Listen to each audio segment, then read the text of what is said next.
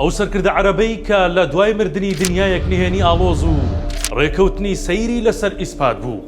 ئەو سەرکردەیەی هەمیشە ئیتالیای بە کەنارێکی فەڵەستین لە دەریای ناوەڕاست دەناساند و ساڵەهای ساڵ ئیسرائیل لە هەوڵدا بوون بۆ تەقاتنەوەی کۆپتەرەکەی و کوشتنی. ئەو محەممەد عەبدوڕەحمان حوسەینیە، ناسراو بە یاسر عەرەفات.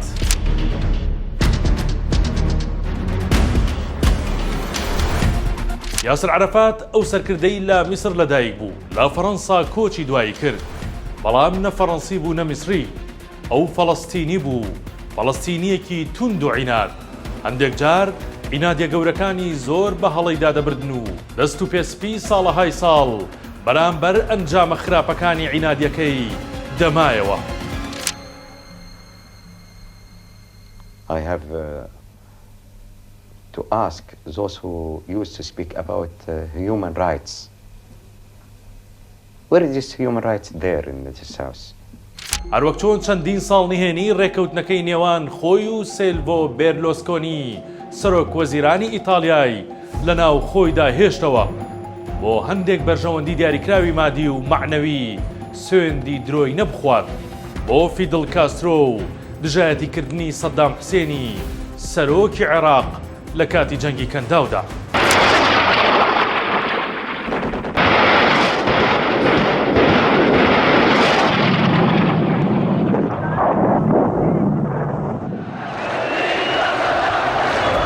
یاسر عەرەفات سەرۆکێکی سادە بوو، بەڵام لێزان لە پەیوەندیەکانی خۆی. زوو تووڕە دەبوو، بەڵام هێندە هۆشیار بوو کە زۆربەی جار وەڵامی پێشنیار و پرۆژە سەربازی و جەنگیەکانی تەنها بە باشە باشەیەک بوو. بەرپرسیارانە و زۆر دیبلۆماسی بوو لە بڕیاردان، بەڵام زمانی جەستەی زۆربەی جار زۆر لاواستر لە خۆی دەری دەخست و بە هەڵەی دادەبرد. هەرجوڵە و دانیشتن و هەستانێکی دنیایەک ئاماژەی بە دوای خۆی دادەێنا. ئەمەش دەکرێت هۆکاری دڵسافی یاخود نەزانی بێت. دەوترێت کە ڕێکەوتنەکانی عەرەفات هەموو پڕ بوون لە تاوانی نهێنی و ڕێکەوتنی استراتیژی نێونەتەوەیی. لا سەروبەندی شۆڕشە گەورەکەی کووردا ئەو کاتەی سەرکردە کوردەکان پەنایان بۆ وڵاتانی عەرەبی و بۆ وەرگرتنی هاوکاری لێیان دەبرد. یەکێک لە سەرۆکە پێداگرەکان بۆ هاوکاری نەکردنی شۆڕشی کورد یاسر عەرەفات بوو. ئەو کات ڕێی لە موعەممەر قەزافی سەرۆکی لیبیاش گرت بوو کە هاوکاری کوردەکان و شۆڕشەکەیان نەکات. الله يعزك يا مرحبا الله يا مرحبا انت عزيز مكين الله يبارك فيك الله يبارك فيك الله يبارك فيك الله يبارك فيك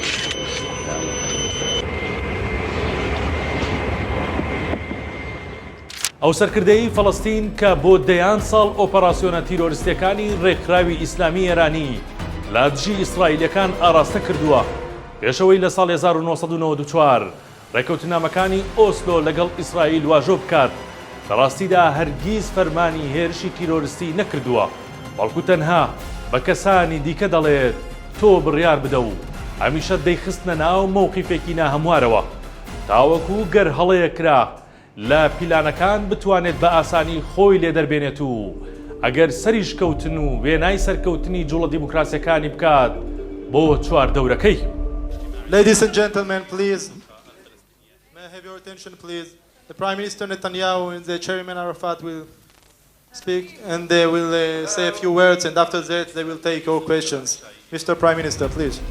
حکوومەتی ئیسرائیل بۆ ماوەی دەیان ساڵ هەوڵی تیرۆرکردنی عەرەفاتیدا، لەوانە هەوڵی ڕێگریکردن و خستنە خوارەوەی فڕۆکە تایبەتەکان و فڕۆکە بازرگانیەکان. کورد بۆ فەڵەستین گرنگیەکی ئەوتۆی نەبوو. لە کاتێکدا خەباتی فەڵەستین و کورد بۆ چارەی خۆنووسین چەندین تایبەتمەندی هاوبەشیان هەبوو.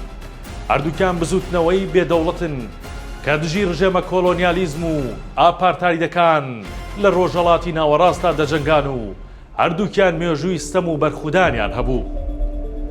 سەرەڕای لێکچوونەکان پەیوەندی نێوان بازنەی سیاسی کورد و فەڵەستین پارچە پارچە و گشت بوو. بەو پێی هەردووکیان لە چەند لایەن یەک پێکاتون کە مەیلی سیاسی و دڵسۆزی و هاوپەیمانی جیاوازیان هەیە.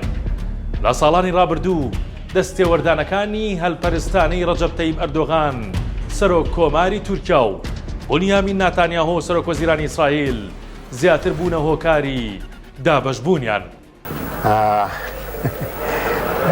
You can see the warmth of greeting.